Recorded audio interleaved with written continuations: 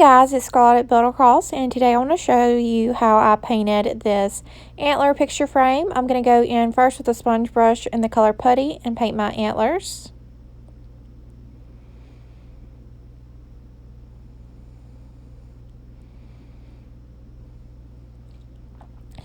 And then next I'm going to go in with the color chocolate to paint my picture frames. And I'm still using a sponge brush for this step as well.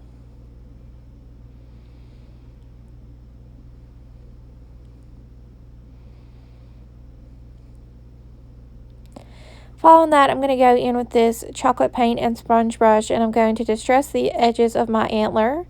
And then I'll go in with a different sponge brush in the color cotton, and I will distress the edges of my frames. And that is it. This is so easy and would make a great Christmas gift. I hope you guys enjoyed this video and have a great day.